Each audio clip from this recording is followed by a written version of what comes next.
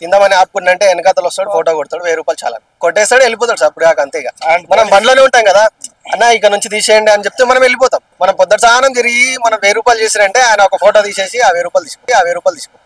అంటే పోలీసు వాళ్ళతో ఏమైనా ఇష్యూ ఉంటుందా నైట్ టైంలో? నైట్ టైంలో ఏమంత ఇష్యూ ఉండదు, కానీ మార్నింగ్ ఇప్పుడు మనం భోజనం చేయడానికి ఇప్పుడు రూమ్కి అయితే వెళ్ళలేము.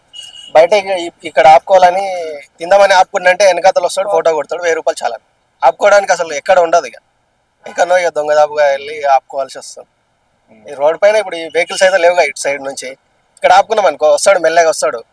వాళ్ళకి మరి టార్గెట్ ఉంటుందా ఏముంటుందో తెలియదు, కొట్టేస్తాడు, వెళ్ళిపోతాడు. అప్పుడు కాక అంతే. ఇక మనం బండ్లోనే ఉంటాం కదా, అన్న ఇక్కడ నుంచి తీసేయండి అని చెప్తే మనం వెళ్ళిపోతాం.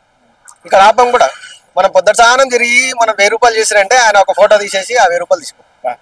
మరి ఎట్లా అలాంటి పోలీస్ అన్నలకి ఏం చెప్తారు మీరు?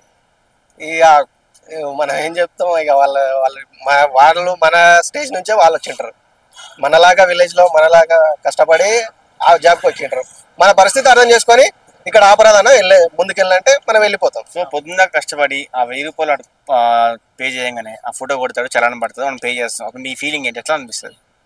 ఎట్లా అనిపిస్తుంది, ఆడు నా కోసం చూపెట్టుకుని ఉన్నాడు, ఇక నా కష్టపైన ఆధారపడి ఉన్నాడు అని చెప్పి తిట్టుకుంటాము. ఇక అప్పటిందుకు చూసుకొని వెళ్ళిపోతాం అంతే. ఇక